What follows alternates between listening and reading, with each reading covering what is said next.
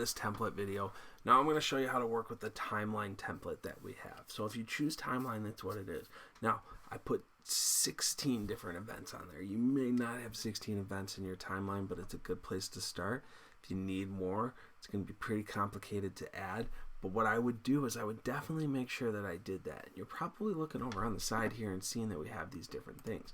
What's really cool about this is you can start with something like your timeline title, the Great Depression. We could put October 1929 until 1940. Now, it's a generally pretty agreed upon date for the end of the Depression. No matter what all of FDR did with his no deal programs, really kind of World War II got us out of it. Now, here we are with this. I would choose my first title. So, stock market reaches all-time high, right? And that's my first event. You guys can see kind of right here is the first one on the timeline. And I'm not putting a lot of detail there because what has gone into this template for everyone is that now it is linked to slide number 2. And when I come here, I can say stock market reaches all-time high, and that was in September of 1929, September 3rd to be exact. And as a timeline, I should be using my specific date. So who, right? This becomes a kind of a who, what, where, and why is this important? Now, everything that you have on the who, this would be stock traders, bankers, financiers, regular people, banks as a whole, financial institutions, and there's a lot more that goes into that who, especially on an event like this. All right, what the average indexes,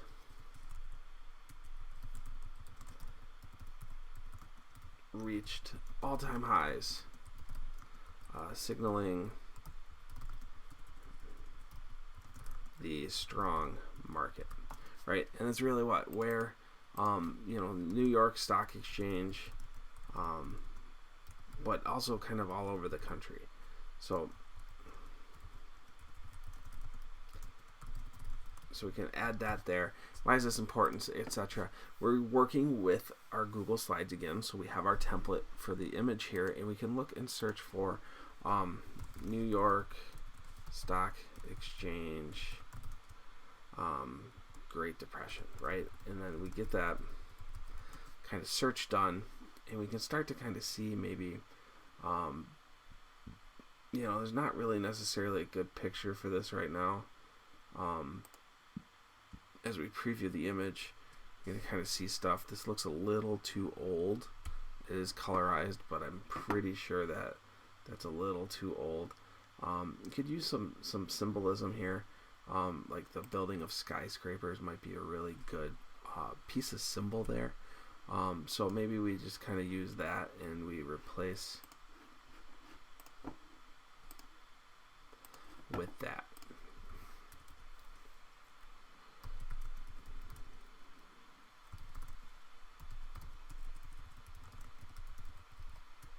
We'll do stock market.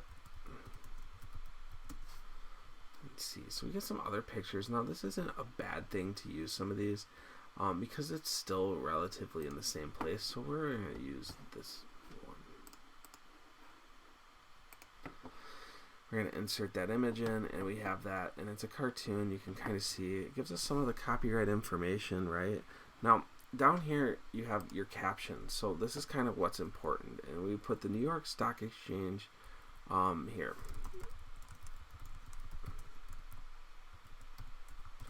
This is a pretty time close to that,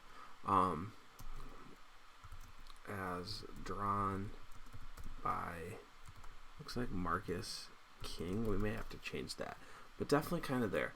Now, if I go back and can just kind of do my same search term, one of the cool things about my, replace image, and I don't want to replace it, but if I do my same search return, so New York Stock Exchange,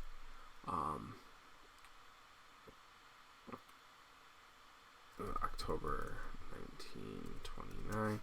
You can kind of probably find that picture. I don't remember what I searched, but I'll show you just kind of what this looks like.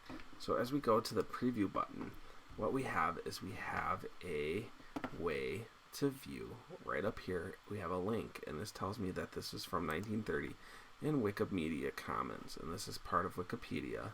So what you get with that is you get that easy way to kind of do this. It's public domain image. I don't have to do this, but I can definitely say that it's just from Wikipedia and the Hoover Archives. Now what I would do is I would put that down there. Now this isn't accurate right now, but we can go the Hoover Archives via Wikimedia. And I would hyperlink that, and to hyperlink something, you guys are just going to highlight and then use this chain link here and send it to that link to make sure it's there. So I would copy this, and then I would paste this link into this, and what would happen is it would take me to that if somebody clicked on it, which is a really great way to do it. And I would want to source any information that I may have used. Now, why are we doing it this way? Because when you go to present, this is the really cool part. I go to present, I can then click on that piece of it, and it takes me to this. It should take me to this.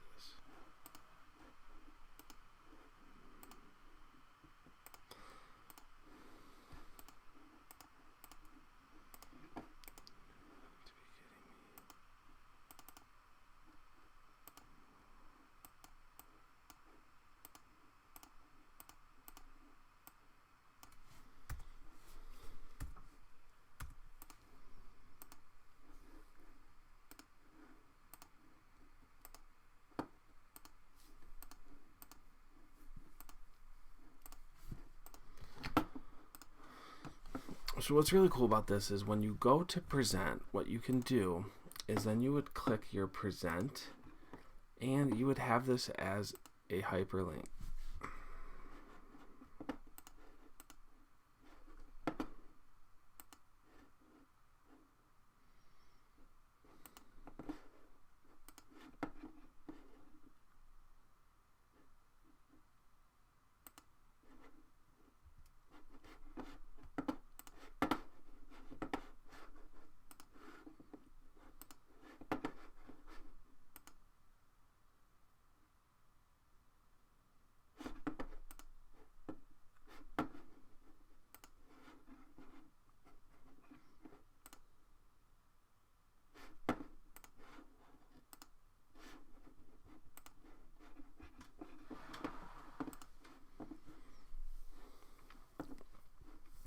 So what's really cool about doing it this way is when you have your stock market here, what I can do is I can present this, and this turns into a hyperlink, and it's at the very bottom. You can see how it would do that.